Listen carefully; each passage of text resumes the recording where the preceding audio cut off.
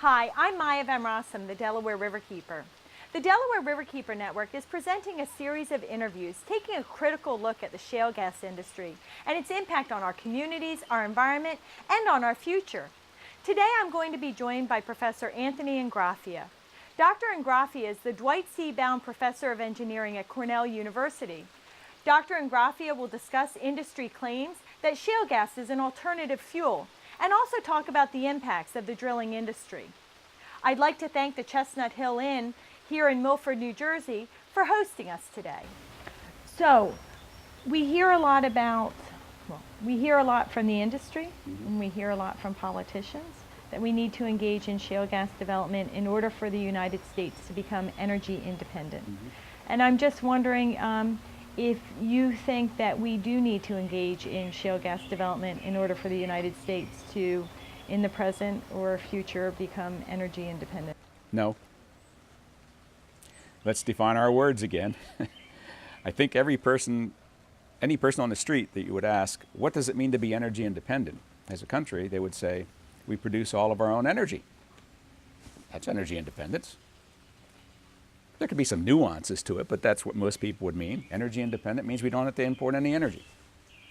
That would never happen in the US with fossil fuels. It can't. Some very simple numbers. The United States consumes about 7 billion barrels of petroleum per year. 7 billion. That's 20 million barrels a day. Okay.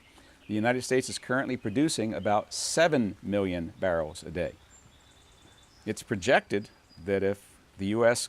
continues to increase the rate at which it's using modern fracking technology to get oil out of shale formations, that conceivably the U.S. could get up to almost 10 million barrels a day.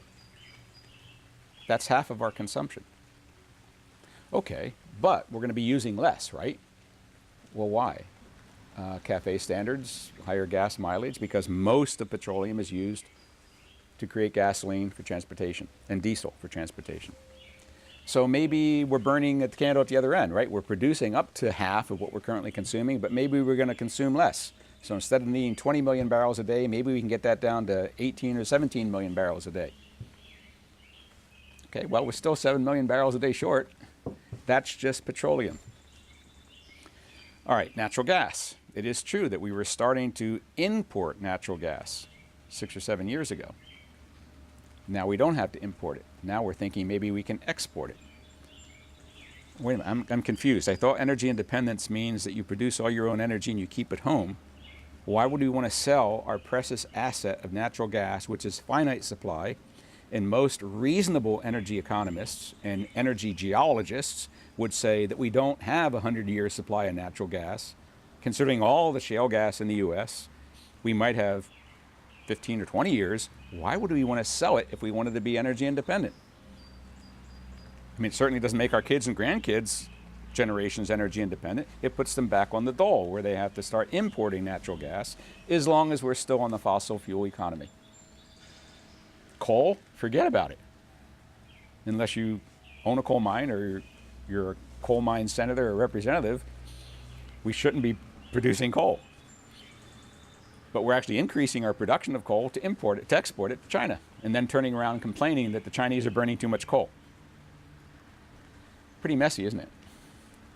All right. I don't know if I answered your question, but energy independence is a hoax. The U.S. cannot possibly, in the fossil fuel arena, produce enough fossil fuels, coal, natural gas, oil, to become totally independent of any imports, while at the same time not accelerating climate change. Can't do it. Now, you can do everything you can, from the President of the United States to the CEO of Exxon, to drastically increase the production of fossil fuels. It's called all of the above. But you'll never be energy independent, and what you're doing is screwing the grandkids and the kids and the end of our lives, because you're accelerating climate change. Thank you. That's really wise. I can really see how people in Washington have really thought that through.